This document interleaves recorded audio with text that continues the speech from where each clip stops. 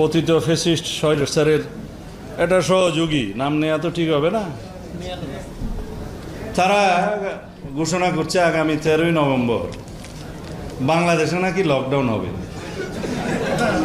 তো কেন বলছে? বাংলাদেশে শেখ হাসিনার বিরুদ্ধে একটি রায় ঘোষণা হতে যাচ্ছে আন্তর্জাতিক অপরাধ ট্রাইব্যুনালের একটা মামলায়। তারা ধরে নিয়েছে তাদের নেত্রীর কি হবে তারা জানে। আদালত কি ঘোষণা করবেন, কি রায় দিবেন আমরা তো জানি না। আমরা চাই সবাই সুবিচার পাক। সেদিন নাকি লকডাউন হবে সারা বাংলাদেশে।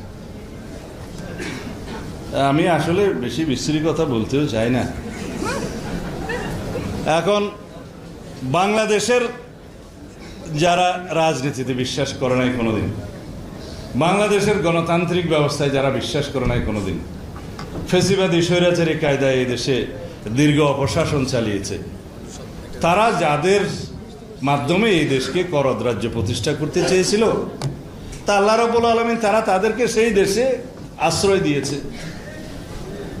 অর্থাৎ দিল্লিতে তারা আশ্রয় লাভ করেছে।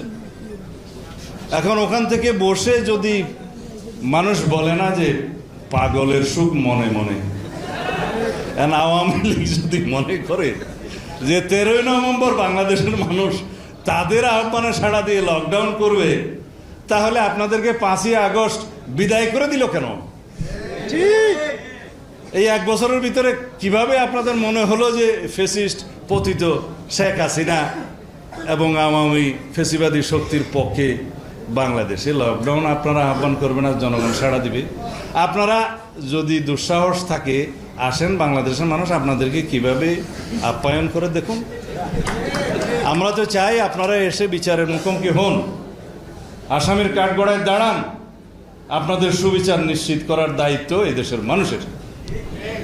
সেটা না করে মনে মনে সুখ পাওয়ার জন্য, পাগলের কি সুখ মনে মনে পাওয়ার জন্য যদি বাংলাদেশের মানুষকে আহ্বান করেন যে এখানে লকডাউন হবে, তাহলে আমি মনে করি তারা শুধু পতিত ফ্যাসিস্ট নয়, তারা বোধহয় মন মস্তিষ্কে এখন রীতিমতো অসুস্থ।